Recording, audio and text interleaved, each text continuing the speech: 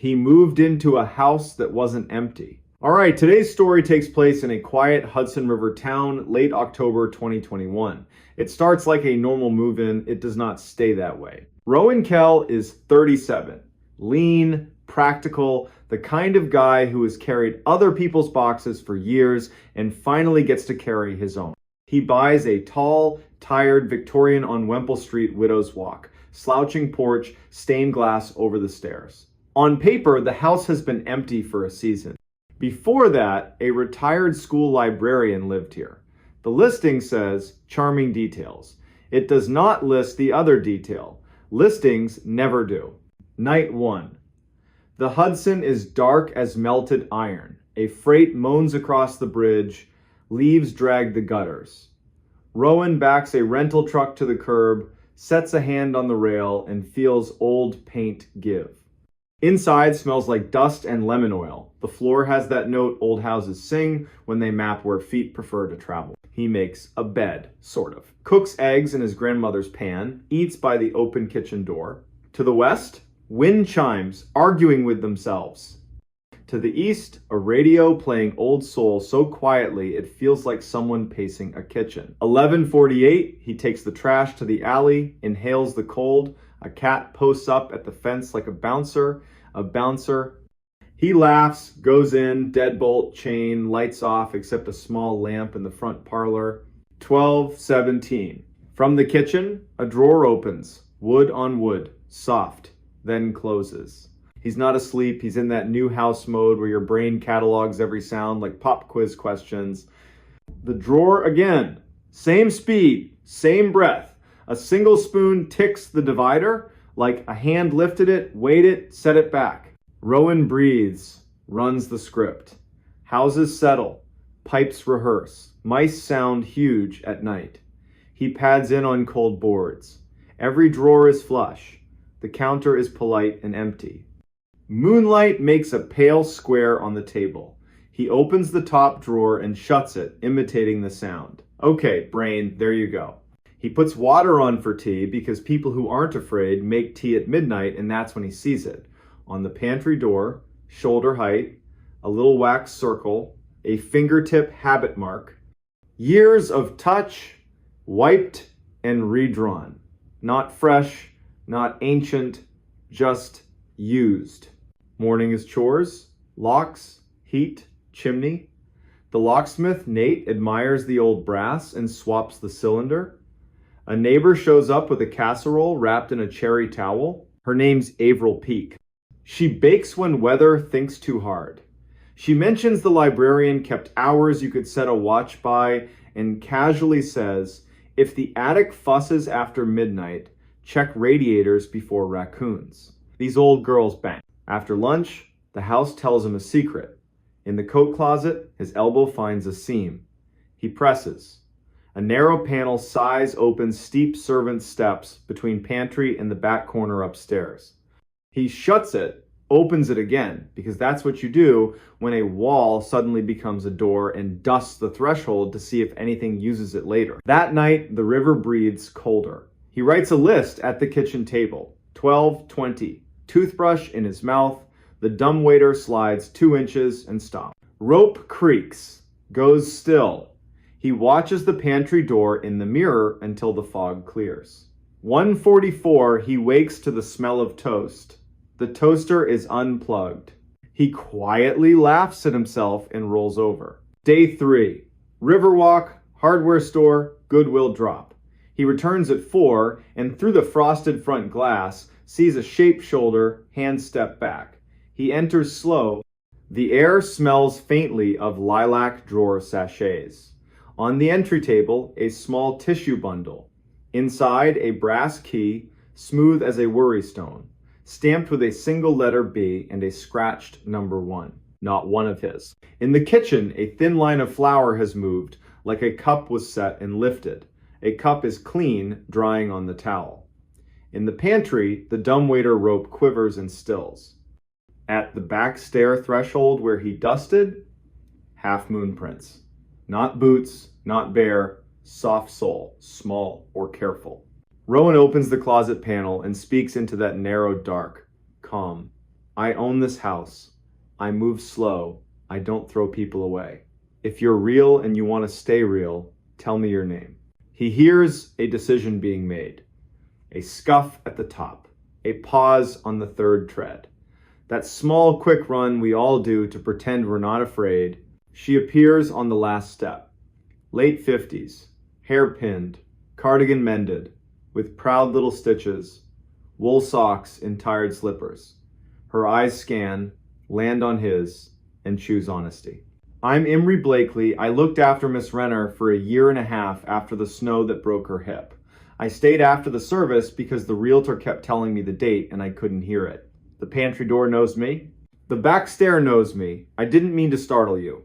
I made tea because a house should know the sound. Whatever speech Rowan thought he'd give, gone. He says the one true sentence he has. I wondered if the dumbwaiter was flirting with me.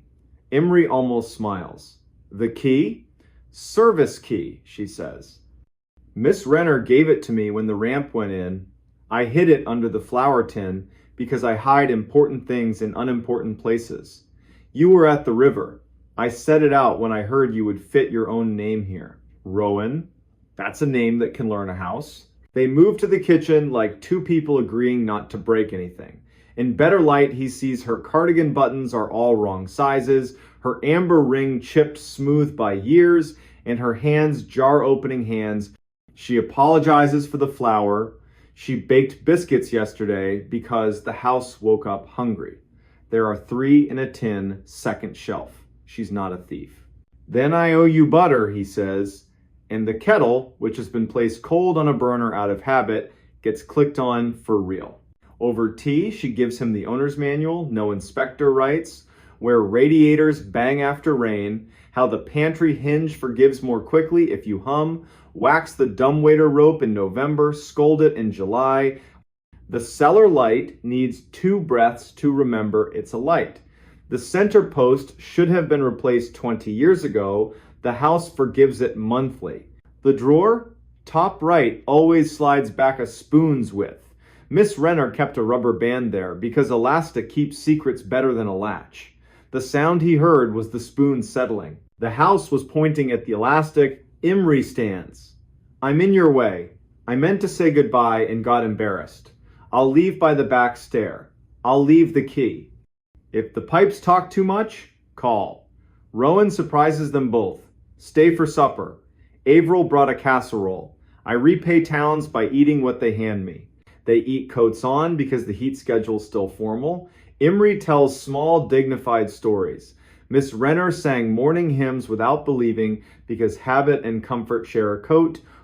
The back bedroom, under the little eave, wakes early on snow days. Whoever sleeps there will always beat the plow to the first cup.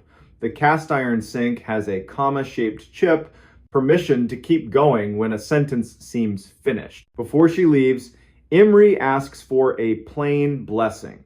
Not church, just something to keep people from sharpening themselves on the wrong edges. She closes her eyes, breathes once, and says to the floorboards, "We will act like neighbors, even when we don't believe in that word. We will be dull when the house asks us to be dull. We will answer with our bodies only when we are sure our names will be kept. We will not talk to empty rooms about the wrong things, not after dark." The panel closes on her shoulder. The quiet that follows feels chosen, not imposed. Rowan drops the service key in a little dish by the door. Tools like to know where they live. Weeks pass. He learns the wall of stained glass catches fire at a certain hour. He files a note with the county to acknowledge the back stair and the title. Some arrangements need paper when a house changes names. He returns Avril's towel with a loaf of something he hopes counts as baking. Sometimes he finds signs of Imre that aren't mistakes. A box of matches where there weren't any, a clean cloth folded where he'd left a crumpled one, a tidy list on the underside of a pantry shelf, wax rope, check lint trap, tuck draft snake. He writes thank you in the margin with a dull pencil. Late November, Avril appears with a county inspector who measures politely and asks the best question a bureaucrat can ask. Does this panel count as a door or a hatch? Rowan says it counts as a secret that deserves to be acknowledged. The inspector actually writes that down. That night, the wind returns with a dry old paper hand. Far on the river, a horn pulls a long, low goodbye that never is. At 1:44 in the Eve bedroom, Rowan wakes and listens. Radiator tap, dumbwaiter's shy inch, the spoon's little settle, a jar lid pop like someone forgot to loosen it. He smiles into the dark and whispers the rule he's learned here. Not answering. Not tonight. In December, the first snow is generous. Rowan learns to broom the steps like porchmen do, always pushing to the same drift, so it learns its place. Imri leaves a cream card with her new address. Basement studio, window facing a black walnut, part-time job at the county historical typing ledgers, saying names out loud so they don't think they're finished. She asks one favor. There's a trunk in the attic. Miss Renner's aunt, Minta Thorne, kept a diary for 50 years, careful and mean in the best way. The family would like the trunk if it can come down without swearing at the rafters. They climb the front stairs on purpose. The attic opens with paint stick reluctance, then generosity. Boxes are labeled in a librarian's hand, winter scarves, not this one, photographs, country cousins, bird journals, 1980 to 2010. The trunk waits under the peak leather straps, tack heads like stars. They don't open it. Not yet. They carry it down between them one step at a time, like moving a sleeping parent. It rests on folded towels in the hall overnight because old things deserve a chance to decide to be seen again. Next day, the niece Lorna Vetch arrives with grocery tulips and a cake. In the parlor light, they lift out muslin-wrapped books, a cloth bag of buttons, a county fair postcard for a totally average pie that still won a ribbon, a small silver bell on frayed red ribbon, and 3 glass marbles that for no reason never lost their shine. They leave the bell and the marbles. The books go with Lorna. She cries. No one apologizes. Imri thanks the air and without looking at Rowan, squeezes his forearm. This house could have eaten the trunk. You didn't let it. The town weaves itself in. Lux Odea, the sash guy, fixes a window in exchange for shelves and a long story about a boat. Avril brings a pie when the weatherman says, icy mix. Sometimes Imri knocks at the front, sometimes she ghosts the back stair. Either way, she says hello like joining a sentence, not starting one. January. A title office woman arrives, shivering with a folder. We're filing a small correction. Our system dislikes a door inside a closet. We're trying to teach it manners. She looks past him once, homesick, and says, my mother used to tell me, the walls aren't thin, honey. The walls listen. Be boring on purpose. See how long the trouble lasts. By March, the house is ordinary, which, if you've ever lived with an old place, means dear. At 1:44, the kitchen makes the spoon sound and then doesn't. He doesn't get up. He thinks about that first night and his urgent need to explain things. He thinks about the word empty and realizes it's never been fair to rooms or to people. He thinks about the service key in its dish, the wax circle on the pantry door, the trunk asleep in another house now, and the sentence that has started living under his tongue, we are boring on purpose when the house asks us to be. Spring loosens the river's shoulder, sycamores light up pale green, windows remember they have hinges. On a Saturday in late April, he hosts a small dinner. Avril, Lux, Imri, Lorna. The stained glass holds a sunbeam like a jewel you don't have to own to admire. They eat food that doesn't try too hard. Say names. Avoid lazy. How's work? When the dumbwaiter creaks, everyone notices and then lets it be. That's what families do for the oldest relative in the room. Night falls. Dishes done. Leftovers sent home. Rowan stands in the hall, touches the pantry with the back of his fingers. The wax circle is nearly rubbed away, worn down by his own small reverence. He clicks the chain, turns the deadbolt, sets the kettle, just to tell the house what time it is. From the back stair, a single tread answers. Not a knock, not a warning, just wood on wood. Patience. A place teaching a person to hear the difference. Rowan doesn't ask who. He doesn't answer. He folds the cherry print towel and tucks it in the drawer where elastic lives. He breathes in, breathes out. The night listens back, and it does not feel empty at all. The missing campers were never alone. Today's story takes place in Idaho's Salmon Chalice backcountry. Late September 2018. 2 campers vanish near an old fire lookout. Search teams go in, radios crackle, dogs work. Then a voice in the timber starts saying one of their names. And the rule out there, the one they don't put on maps, is simple. If a voice calls your name and there isn't a mouth you can see, you don't answer. Sunday night. Rain falling in thin ropes, polite but insistent. The granite smells like a coin. Weekend traffic bleeds east. In Shoup, the cafe lights go down. The river keeps its sentence. On the 3rd floor of the county building in Salmon, under humming fluorescence, dispatcher Kaya Merritt settles a headset and sips from a chipped mug. 41, good at hearing the difference between wind on a mic and fear in a throat. At 21:47, the primary line rings a childlike rhythm. Kaya picks up a careful male voice. I need to report 2 overdue campers, my cousins. I'm next to their truck at the Loon Creek turnoff. The camp host told me to call before I get brave. Kaya goes methodical. Names, Ivor Doss, 42. Lena Doss, 38. Boise people. Left yesterday with a light kit and ridiculous amount of jerky. Destination, ridge by the old Jarvie lookout. They brought a radio. They also brought stubbornness. Stay with the truck, Kaya says. Do not step into timber. Coordinates go into the form twice, clean. Deputy Roland Knapp, 39, a face that makes people tell the truth by accident, drops a cup of stew and starts his hour-long drive. Ranger Nick Salcedo checks in from a cabin near Panther Creek. Patient voice.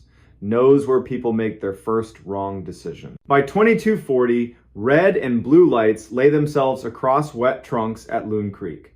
The blue Ford is locked. A map inside is soaked, still readable in a bleeding wet. Camp host materializes. The pair planned the ridge, backed in for an early exit. Rain's coming, he'd warned. Rain brings the air alive, they'd said. Nick slides the map onto the tailgate. A penciled circle on the ridge. A dotted line up the wrong drainage, then corrected like a man who doesn't like admitting guesses. Beside the circle, Lena's neat list. Stove, coffee, headlamp, prayer. Time matters, Nick says. No volunteer conga line onto wet granite at midnight. Cousin stays with the deputy. We do this steady. At 1, they find the camp the way you sometimes do. Ghost of a new fire ring, a tiny cairn somebody couldn't resist. A boot print Rain is trying to steal. 2 sets. Walking together. Roland Marks calls it brings them back. Morning plan gets written like an anchor. Kaya works the night like a loom. Tracks down Lena's sister in Meridian, leaves a message that is compassion twice and panic never. Calls in a K-9 team ode to the county. In her log, she writes 5 quiet words only she will see. Do not answer a name. Dawn. Cloud lifts, leaving diamonds on every needle. 15 people drink black coffee at a folding table. Nix runs a finger over the map and splits the country into sectors. He adds the rule, the one you only hear from people who have earned your trust. If you hear a name and there's no visible mouth, lock eyes with your buddy, say their name, make them say yours. Do not answer anything from timber, not even if it uses your song. A new kid raises a hand. Is that folklore or a line I can put in a report? It's how you get home for lunch, Nick says. Teams move out with that respectful, quiet September pines demand. Dogs in bright vests quarter the slope. One line takes the spine, another slides into a black burn, snags like busted metronomes. Thayer, the cousin who made the call, walks with Deputy Knapp, not because he should, but because men who wait at trucks break in slow ways. At 9:19, a dog gives a small bark. I found your idea, not yet your person. Handler Ione Taggart slips among ferns and retrieves a rolled shirt under a low lodgepole limb. Damp collar. Tiny stitched L. Bag. Tag. Ritual keeps hearts from shouting. 10:52. A voice calls a name. Thin through timber, left of the draw, where a baby creek is deciding what to be. Lena. 2 syllables shaped like someone speaking into a scarf. Sounds like Ivor. Except Ivor's voice usually laughs at the edges. This one doesn't. It says her name and waits like a bridge. Nix lifts a hand. Heads swivel. Everyone refines a face. Thayer. Thayer. Rollin. The voice tries again. Help. A dog bristles, then thinks better of it. Wind turns the voice into a trick. Now above, now behind, now whispering from the leaves at their boots. Lena. Roland plants a ribbon and a thyme on a larch and draws an arrow fatter than the rest. We don't answer, he says, calm enough to steady the world. We mark and move. By noon, sun saws through the cloud and turns steam into foxfire. Teams reset. Dogs drink in wide licks. The medic truck ladles sugar into paper cups. Kaya slides each bead of the day onto a string, times, places, in a line that means more than the paper can hold. Voice saying, Lena. No face. Afternoon, a different kind of luck. Farspur team finds a neat cone stack beside a rock scratch. Lena, her sister will later say, loves to arrange things. The cones point toward a cleft the map calls nothing. Old guys at the cafe used to call it buzzard slot. At 16:31, they find Ivor. He's on his back, one leg crooked the wrong way, eyes open to the sky like he's willing to believe in it. Lips split white with thirst.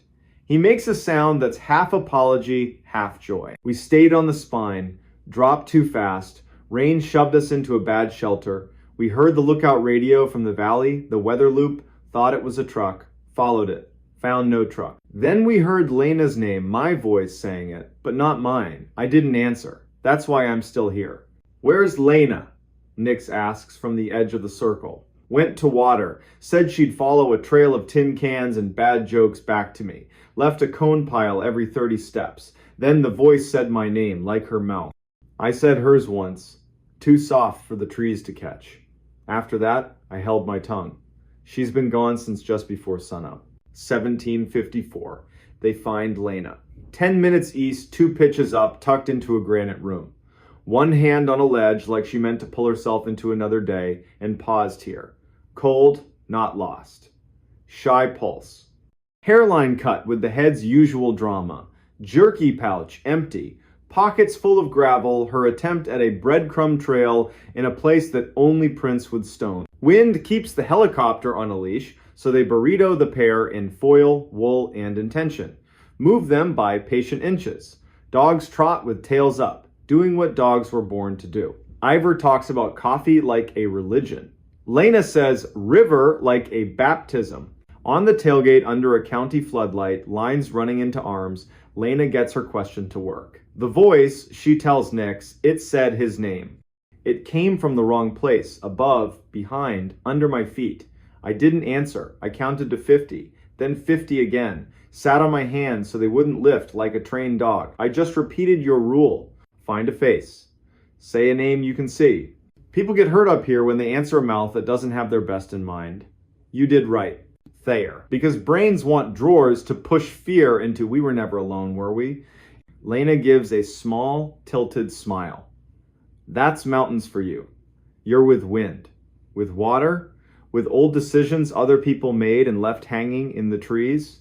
We borrowed theirs. Wind behaves. Helicopter drops in. Medics step out with faces that make mothers cry from relief alone. They pack the dosses like a wedding dress into a trunk and lift. A scrub pine below the ridge, bows, releases, bows again. After midnight, Kaya types the sentence that chased her all day. The missing campers were never alone. She knows it's not a checkbox. She puts it in anyway. The weeks after, the valley chews it. In diners, it was echo. On lifts, radio bounce. In coveralls, catamount, brain mirrors, and then quieter. The one sentence that matters. If you hear your name in timber and there's no mouth in sight, don't answer. A month later, blue sky so clean it feels stolen. The Dosses bring a paper bag to the ranger cabin. Knit hats, plain and practical. On the tag, Lena's neat line for when the wind forgets itself. They sit with Nix and, briefly, Kaya. Words are carefully unimportant. Nix talks burned hills, learning green. Ivor describes a mispainted bridge, teaching Boise patience. Lena says she now speaks her people's names out loud each morning, not to offer anything to the air, just to remind her mouth what it's for. She adds one small thing, offhand. Counting while it called, I pictured roll call. Teacher calls your name chalk in her hand. You only say here if you can see the chalk. That helped. By next fall, a laminated card shows up on the camp host board at Loon Creek. No sermon, just a rule in rainproof letters. If you're overdue, sit, count, save heat, call only when you see a face. Do not answer the timber. No author. The host denies it, then admits he likes that he would have. Winter lays down thin law. One dawn in a high cabin, a radio unplugged says a name perfectly. The men grin like at an old joke. They say each other's names and keep making eggs. Sun clears the window. They follow the line they marked in gray light and find a snowmobiler parked like a guy at a bus stop choosing a story. He says, I heard you all night. They say, not us, friend, but we're here now. Years later, at the Shoop Cafe, Sunday closing time, you might hear it slide by. Loggers arguing about draws, a couple practicing their baby's name, somebody at the counter saying, those campers below Jarvie, they weren't alone. Nobody is out there. The hills keep you company, sometimes too well. If you catch Kaya after a shift, headset marks on her face, she won't give you a ghost story. But if you ask what she learned that September, she'll look at the river and say this: listening is work. Names are tools. Home is where you only answer when you can see who's asking. A town can hold itself together with a quiet rule repeated by people not interested in drama. She might even add, very soft, that the missing campers were never alone, and neither are you, if your hands stay steady and your mouth remembers when to keep its strength. Then she'll tip well, step into a night that smells like pine and iron and rain, and head home where a clock mutters forward, a radio sleeps politely, and the mountains lean in, listening like they always do. The girl who walked home twice. It was 1930-something. The air smelled like wood smoke and apples. Drizzle turned every porch bulb into a little planet. The high school had cut loose early for the game in Lexington. Band kids fogged up a bus with laughter. Tires hummed along the Maury. Ione small like a willow, tough like one too, didn't go. She'd promised her mother Yara she'd be through the door by 2000, no later. The mountain shadow drags night down early in Rockbridge County. Everyone knows that. Pea coat from a thrift store, one button that didn't match, scarf a shade that couldn't pick a side between green and blue, hand knit by her aunt. Everyone knew Ione. She worked mornings at the bakery on Nelson Street, slipped the paper through Mrs. Kemp's slot at the White House with the red door, could identify every dog in 3 blocks by bark alone. Her father, line cook, cereal kitchen quitter, had left in May. The kind of leaving that makes a clock too loud. Ione had sworn, with a 16-year-old's fatal sincerity, I won't be that kind of gone. At 1940, she waved off her best friend Wren at the feed store corner and ducked into the drizzle, taking her usual 3-block shortcut, hardware store. Mr. Ancher, Petrie sweeping like he meant to sand the sidewalk down to Memory Post Office that still smelled faintly of floor wax, then the alley behind the funeral home because, as Ione liked to say, the living cause more trouble than the dead in Rockbridge Hollow. 1952. A guy in a pickup easing off a steep driveway saw that indecisive scarf flash by. 2 fingers up from the wheel, small town salute. 1954, wind rattled corrugated tin on the vacant lot fence. 1956, misses. Kemp stretched her back, peered past a thin curtain, clocked a girl head down, hands in pockets, shoulders squared against the wet. 1958. Yara's porch light burned a little cone in the rain and turned drizzle into strings. 2000. The door did not open. By 2010, Yara was pacing the living room like she was housebreaking a nervous dog. Up slow, back slow. 2022, she called Ren.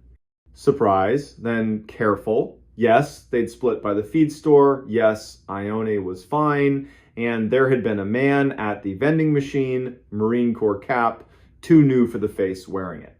2030. Deputy Rowan Deek knocked hat off, voice steady. He said the sentence every good town cop has to learn. Let us be wrong with you for 2 hours. They weren't wrong for 2 hours. They were wrong for 3 days. Night 1. Flashlights swept the seam from feed store to front stoop. Same bad gravel by the alley. Same puddle at the sycamore. Same warped funeral home step everyone knows to skip. Drizzle turned into mean rain. 0320. The band bus came back. Windows fogged a different way. Kids fell into waiting pickups. Mothers squinted through wipers. A boy named Ash told his dad by accident the worst sentence. I saw Ione behind the funeral home. She had her scarf. When? Just now. And when he turned to point, there was only rain. Saturday pooled in neighbors' kitchens, coffee, quiet, too many glances at the clock. Sunday, the county AR's net droned on the old repeaters. Negative contact. Monday morning, the school band played half a shade slower in the auditorium. The principal looked 10 years older when he lifted his head. At 16:20, that gray Monday, headlights smeared along Route 11. Mrs. Kemp phoned Yara. Yara ran. Mrs. Kemp, who hadn't run for anything since 1989, got there on ring 2, breathless and unpoetic. She is on your porch.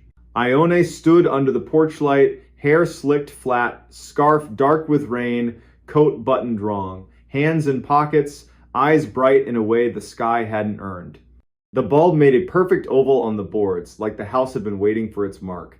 She blinked once, slow, smiled, small and real. The exact smile she wore, setting a cinnamon bun on a plate like a promise. The sound Yara made porchwood still remembers it. Hands to her daughter's face. Sweetie, why did you make me wait? Ione stepped in like she'd only just noticed, wet as cold after 10 minutes. Shoes kicked off in their forever spot. She looked around, stared a beat longer at the stove clock, the plain round one rust comma on the wall under the nail. Half a laugh, swallowed. Deputy Deek came in careful, body language that said, I belong here, but I won't make the room smaller. Ione, he said, in that slow jailhouse tone that lets people choose their own shape of words. Genuine surprise from her. Deputy Deek, did you get a new car? He hadn't. She tipped her head like a bird when a window stops offering sky. Then why is it so quiet? Dr. Sigrid Hall, neat as a single sentence, took temp, checked pupils, asked, what did you do between Friday and Monday? Walking home. No flinch from the doc, just a neat note. Sometimes you leave people the only word they're willing to carry. More questions. What do you remember? Gray dog by the Coopers. The sound at the pipe bridge. The man with the new hat. Then, like 3 rooms misstacked. I don't know the rest. Her mouth around the O made Yara flatten both palms on the table like she was steadying the whole house. 3 weeks. Rockbridge Hollow learned a delicate routine. They let Ione be. Dawn at the bakery. 2-handed grip on the sheet pan. Reverent buns on paper. She stared at the post office bulletin board until the pushpins shone. Guidance counselor Emmer Holliday sat with her twice a week gentle work, invite a memory to take 1 step without pushing it down the stairs. On good light days, Ione would offer a new pebble. The river slapping the old mill race concrete. A walnut leaf rafting a puddle. Someone saying her name like a question, and she not turning her head. December showed up in 1 unsentimental dump of snow and refused to leave. Yara learned to sleep an hour at a time. The wood stove learned the new schedule without judgment. Christmas came with casseroles, feed store gift cards, and one perfect scarf from a woman who couldn't afford to buy it and a woman who couldn't stand to see the old one anymore. By March, the Maury pretended to be more than a river, and a fisherman found the marine cap downriver of the pipe bridge. He called it in and didn't touch it. Like a weird engine smell under your hood, you hand straight to a pro. The man who'd worn it had drifted back to Roanoke the day after Ione was found, paid his motel bill, smiled at an elevator that apologized for itself, and left. The cap had no story the town could use. Spring, summer, peepers screaming, telephone wires singing when the wind drops off the ridge full of opinions. In September, 1 year minus 2 months, 17-year-old Ione stood in Yara's kitchen at 1943, poured tea she didn't want. Tired in a way sleep can't fix. Yara, to keep from saying one thing too loud and scaring 3 others, wrote a safe talk list on the back of an envelope. She never got to use it, because in 1947 the front door opened with the exact little 2-tug rhythm of someone who lives there. In the entry stood Ione, peacoat, mismatched button, that undecided scarf, hair wet from a drizzle that did not exist on Nelson Street, eyes bright in a way that made the room back up by instinct. The Ione holding the teacup rattled the saucer, set it down, turned toward herself and made a sound. The porch calls a bird hitting glass. Doorway Ione smiled, small and real. "I'm home, Mama." The stove clock ticked one very loud second and then remembered its manners. Deputy Deke again hat in hand. Dr. Hall's stethoscope already warmed the way good doctors do.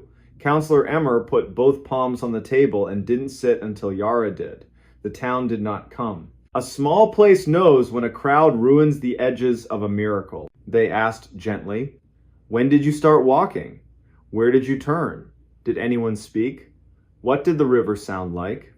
Doorway Ione answered with the same script as a year before. Dog, pipe, bridge, hat, walnut leaf. The difference wasn't the words, it was the way the room caught them. Every sentence landed like the place had already set a plate. Deke stood in the kitchen threshold and looked both ways. He saw 2 girls, he saw one, he saw none. He kept his face steady so the room could borrow it. "Sheriff, Judge Crease, how do you write this in a report? Breathe with me, the practical spells." They kept both Ionests in the room because what else do you do? Dr. Hall took 2 pulses, one just off the other. Checked eyes, left, right, months backward, both did it. 2 wrists, 2 heartbeats, both wrong in different right ways. Her face gave nothing away and everything all at once. 2140. Somewhere down the block, a stubborn riding mower coughed into one more season. Emmer broke the spell with 2 perfect lines. "We're going to give the new arrival an apple, and then gentler. And we should stop calling her the new arrival." They gave her the apple. She held it like a small planet, looked at it, at the clock, at Yara, at Ione, at the hallway, to the bedroom where long division and bird names had been learned. Then, matter of fact, not triumphant, not afraid, "There are 2 of me here." The tone wasn't a request. It was a math answer. She had finished counting and was waiting to be told what the number meant. The town did what towns do when the world tilts and insists it's always been level. They made order. Cedar chest to the living room. Second bed. Pastor Rowe came kind mouth. Better history. He knows how to talk without turning a room into a church by force. The sheriff, the judge, and a university woman from Lexington with a voice that makes you believe machines can help without showing off. Her term, identity event. It looked great in a report and was useless at the kitchen table. That night, Yara dozed and woke, and dozed and woke. Twice, she stood in the doorway and watched 2 girls sleep by lamplight. One hand out of each blanket, palm open the exact way Ione had always slept, as if catching sleep required a hand ready. Twice, her mother hand reached to pull a blanket higher and shook in a brand new way, Morning stretched the house back to its old shape. The bus hissed at 07:45. The driver glanced at the porch without meaning to. Mrs. Kemp knocked once, left rolls, and a note with only the date she believes. Inked things are harder to argue with. The university woman returned, politely eager. Separate mic channel. Smell test, cinnamon, eyes closed. A metronome on the table, whose pulse keeps time. She packed up at noon with good manners and eyes full of a curiosity that doesn't need oxygen. For a while, Rockbridge Hollow held. The girls washed dishes in a choreography that invented itself in 48 hours. Tea the same way. They walked the block at dusk together. They did not cut behind the funeral home. When they slept, their breathing went just out of phase, then remembered itself. Like two clocks learning, they didn't have to impress each other. Then the bill came due. Day 10. A pale circle under older Ion's left collarbone, coin-sized, cooler than the skin. Dr. Hall's smile stopped at her mouth. Her eyes kept the truth. Sketch on the chart, pictures keep you honest when words want to pose. Day 11. A match on newer Ion's right collarbone. Day 12.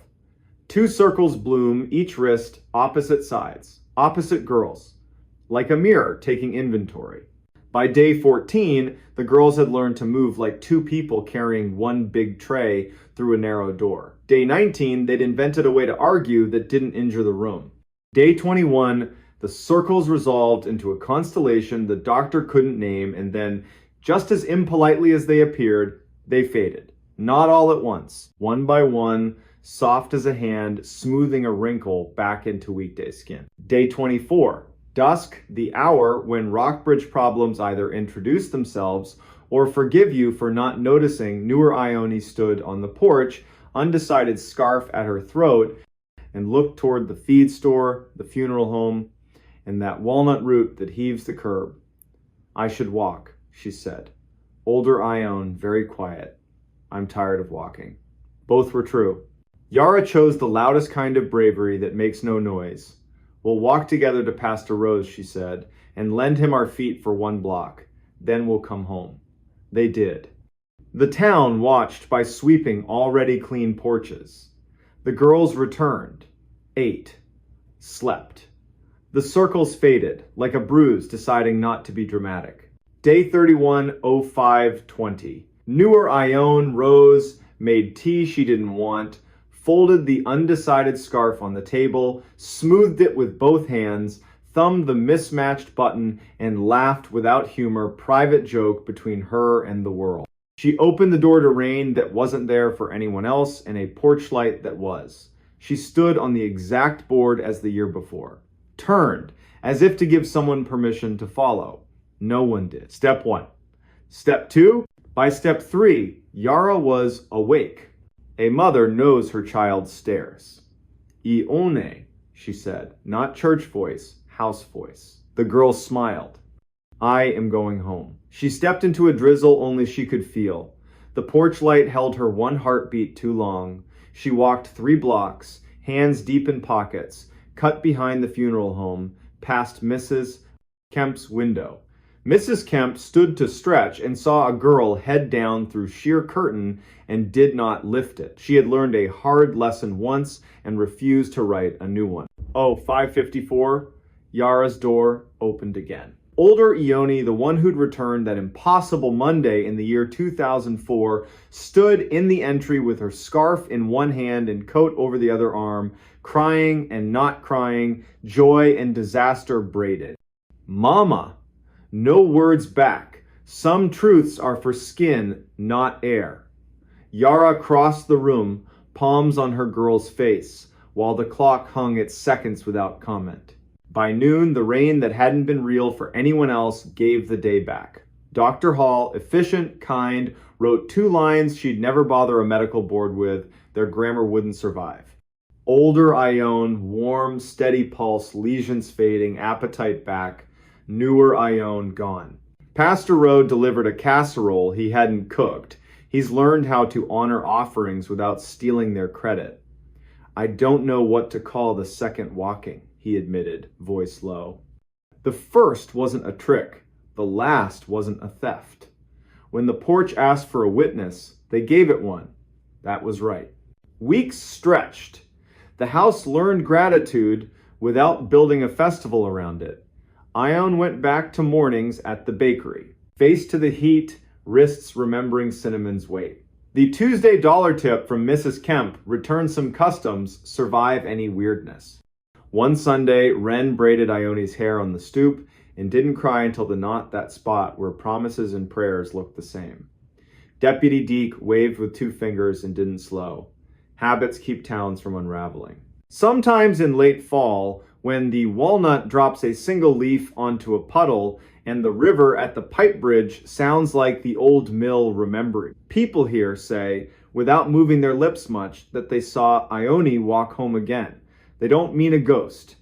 They mean a woman carrying her own shape through weather that didn't deserve a name, and for 15 sidewalk steps they felt porch lights turn on in their chests and were kinder to their own breath. Years later, one Sunday in the year 2019, Ione worked the bakery counter with her daughter, on her hip, hair loose because the day hadn't asked for more.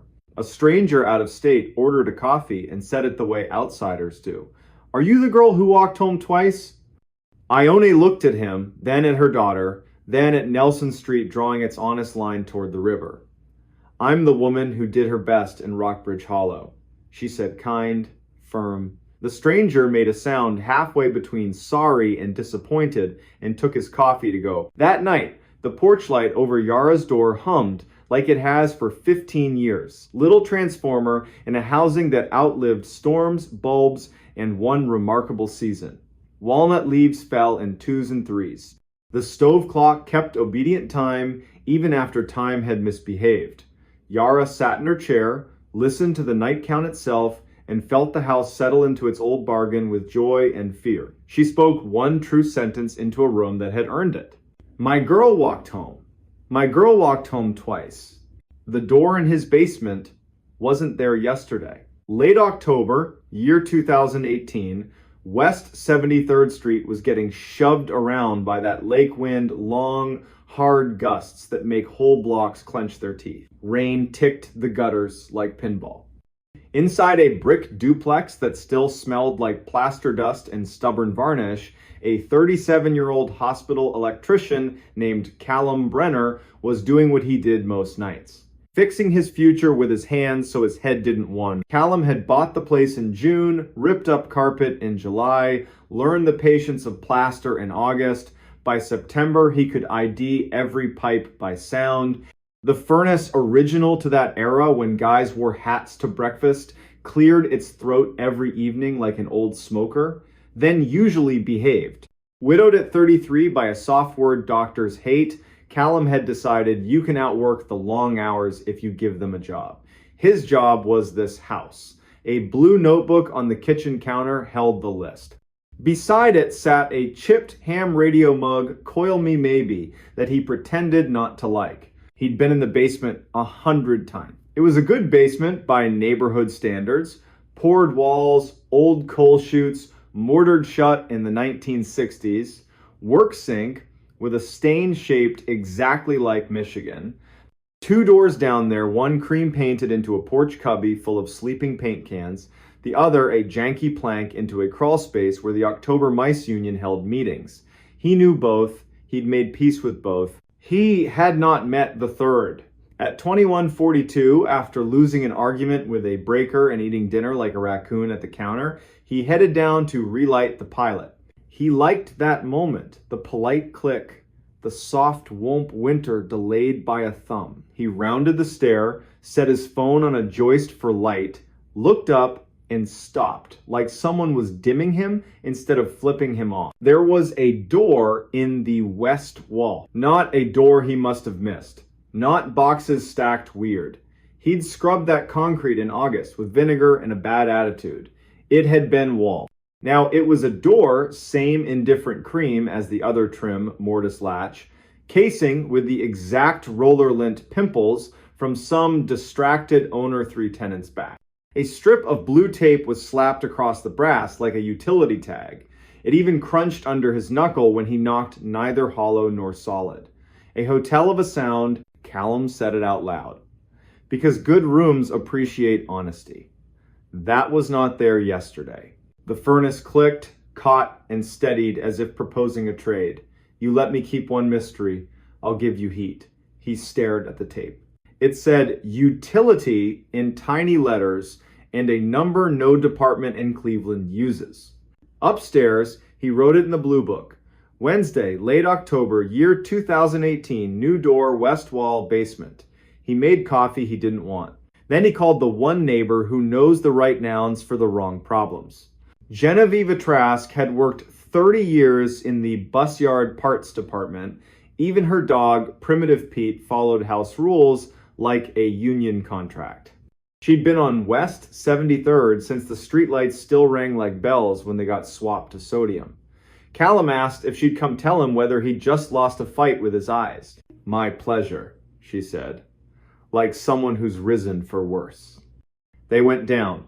Jen stood, silent, 10 seconds flat. Then, measuring flour careful. That was not there yesterday. Primitive Pete sat, lifted a paw, set it down. The blue tape didn't peel when Jen tested it. The brass under it was guilty clean, like it had been avoiding hands for months. She put her ear to the wood, jaw loose like a piano tuner. The worst kind of quiet, she said at last. Not a human, not a machine. Something that learned to be polite, living next to both. They left it shut, played a hand of gin upstairs. Jen insisted on losing gracefully. Callum walked her to the gate, watched Pete joy inventory the night, and because tongues check, bad teeth went down for one more look. The thing stayed a thing. In the morning, he called the utility mark line, contract inspections. They'd swing by Thursday unless the wind ate their schedule. And Otho Dwyer, night maintenance at the hospital.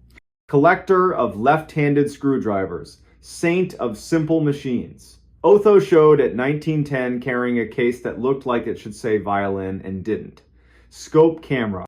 He slid the head between casing and wall. The screen coughed up gray concrete, then darkness with the smoothness of air and the meanness of a throat. Some jokes take too much setup, Otho murmured, brushing the tape with the back of a finger. Tastes like municipal lie. They didn't open it. Otho poured exactly one finger of rye and told the story of an elevator that grew a sense of humor in a humorless building. He left the scope. Callum slept on the sofa because the living room had windows and the basement didn't.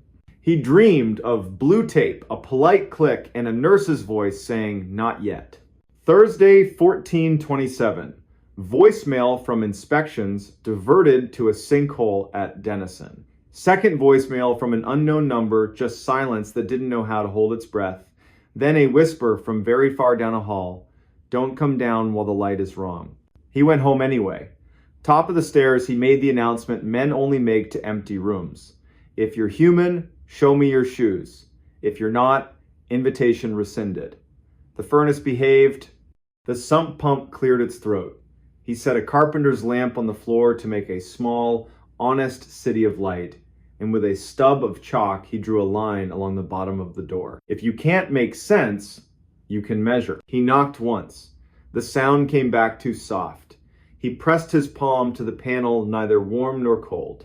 It felt like skin in a room that doesn't want you to cry. "I don't believe in you enough to be afraid," he said, on purpose lying.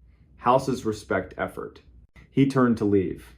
On the far side, something trailed a fingertip down the wood from above the latch to below it, very slow, like it was teaching itself grain. He didn't move. The chalk line held. He said his wife's name once, softly, a key to a true door. Friday, 21/15, he and Jen stood there again.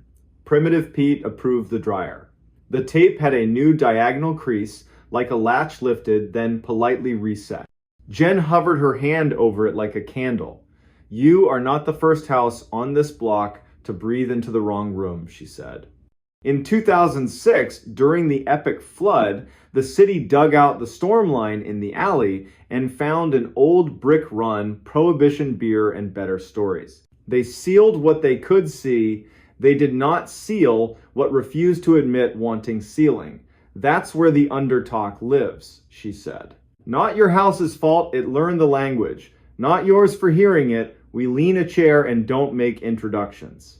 Be here at 10 with coffee and a man who likes rules, Callum said. She brought the sheriff. Sheriff Whitaker looked like he still hauled hay for friends. Face built for learning the same story from both sides and deciding where mercy fits. He listened to Callum, to Gen, to Pete, who sneezed once, officially endorsing the facts. Whitaker pressed his ear to the panel, knocked a pattern. Too slow, pause. Two no one uses unless they suspect a test. The door answered, one slow, three quick like it understood and preferred to show off. We're going to treat this like a person who talks too much and too sweet to a child, Whitaker said. No drama. We don't answer. We call boring people with rope courtesy over magic. At 10:50, Building Inspector Ninette Polk arrived, clipboard, caution tape, and two public works guys who dig with shovels and silent. She measured, tapped the concrete with a screwdriver, jaw loose, head cocked. Double wall, she said. Face wall. Behind it, not wall. Behind that, not our business yet. The plan, open the outside from the alley, look at it like breakfast. If breakfast looks like sin, you eat elsewhere. By noon, the alley had a careful hole. Brick, then more brick, then a slump of coal pretending it wasn't old. Ninette rolled her light into the throat beam, sliding along clay to a small cleared space. A tin cup, a folded blanket whose corners remembered hands, a stone pile with soot above it, a fire where fire made no sense. We've had squatters, she said. We've had people who didn't choose to be squatters, and we've had tunnels that confuse maps. This is a little of everything. Whitaker braced a gloved hand on the edge, leaned without betting his weight on anything foolish. At dusk, we come with two more bodies and a rope round my waist. We stand in your west room and say hello in a voice that can't hurt anyone. He took his pen and signed the blue tape, 10:16 on a Saturday. No underline, no smiley. Dusk. The wind inhaled and held. 3 across at the bottom of the stairs. The house delivered one timid knock, then, like it decided it needed a new tactic, went silent. Whitaker tied his rope to an old ceiling ring, laundry duty in another life, double knotted. He laid his palm on the tape, talked to the house like a dog flirting with a bad idea. We are not setting our tongues on this latch tonight. They moved the chair, lifted the latch without breaking the tape. The door opened a finger's width on its own resistance. Air came through at the temperature of old apology, coal, and long rain. His shoulder light showed a low brick run, 4 courses high, then a gap all along the top like the mason knew better and got paid by a man who didn't. In the dust beyond, 4 finger marks, evenly spaced. Someone who'd learned to count to 4 and wanted company, and a 5th, shorter one like a tired heart. Whitaker didn't step through. He bent, lowered his head, and said a name to no one like a midwife teaching an empty room the word it's waiting for. Is anyone here who can stand the sound of their own name? 20 heartbeats, then a cough from the corridor, not brave, not sick, small on purpose. A voice, careful, like someone who only wants to borrow the part of the law that cares more about living than rules. I am hungry. Come into the light then, Whitaker said, measured. No names, no introductions to the dark. A face glanced into the cone, then jerked out. Quick, private decision. The figure didn't cross. Do you have a sandwich? They asked. Jen started to answer. Whitaker lifted a hand. The room obeyed. We have a sandwich. You may have it on this side. He set it on the brick, stepped back a generous pace. A thin hand took it. Gratitude made of bread and shame filled the small room. I didn't steal the ring, the voice said. The ring was already in here. It's welded to the wall. We'll speak again in the morning, Whitaker said, as if this were any kitchen, any night. If you're still here, that would be a blessing. The dark laughed, once surprised at the word blessing. Then, I'll be here, the rain decided to stay. They closed the door. No chair, sometimes chairs are theater when you need policy. Sleep came in the way it does when a house tries to grow a new tongue. Morning, the chalk line had a clean nick where the door had opened and closed. The tape now had 2 creases. In the alley, the little camp had a second cup that hadn't been there. On the brick, a note, careful hand, fountain pen tidy. Thank you, I won't be here long if you leave it. I know the way that does not ask you to break your rules. I followed voices, and that was my mistake. I am leaving now by the other mouth. Nanette read it, folded once, bagged it, dated it in words events like this should resist numbers.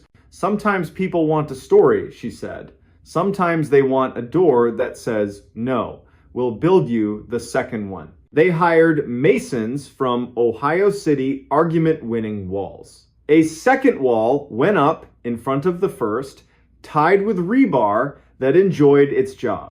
They pumped the crawl with flowable fill. Fill is kinder than concrete. Cut a new drain to the alley with the city's blessing, which almost never happens and did. They left the door hung for the sake of the room so a man, mug in hand, a year from now, could touch a latch and remember that fear behaves when it isn't fed. One Sunday in December, after the work and after the lake found its winter voice, Callum stood at the bottom of the stairs, set a sandwich and a thermos on the brick, no speech, no theater, listen. The house was just a house. You don't get to grow a new door without telling me first, he said, mostly to make the air file the sentence somewhere. Winter settled. Primitive Pete suffered boots. Jen taught Callum to let houses tell their little understories without volunteering his name. Whitaker sent a holiday card with a knot on the front. Otho reclaimed his scope, pretended to be offended at how clean the lens came back. Nanette drove by twice in January to make sure the wall looked like it meant it. In spring, the city found more legacy brick down the alley and filled that too. The report used the word legacy like a period. Every now and then after midnight, wind slides between those houses like a memory that learned to walk. The furnace coughs a sound you could mishear as a polite knock. A man stands in his basement with his palm on a harmless latch and says the names of the people who made a strange night decent: Genoveva, Otho, Ninette, Whitaker, and the name of the woman he loved, because names are keys, and grief is a door you don't open so much as a company. Then he turns out the light. Basements have long jobs. They don't need help from shadows that think they're clever. If you ever buy an old house in a city that keeps secrets under its sidewalks, you might wake up to a door where plaster swore no door would be. You don't owe it curiosity at midnight. You owe it a list, a lamp that won't lie, a neighbor who can make quiet into a tool, and the dull bravery the trades teach. Knock once, count to 20, call someone with rope, and if a voice on the other side calls your name like it's entitled to it, remember the single sentence that carried an ordinary man and his unremarkable house through a night when the city tried to breathe through his wall. We're not answering, we're not leaving, we're coming back with more people and better light.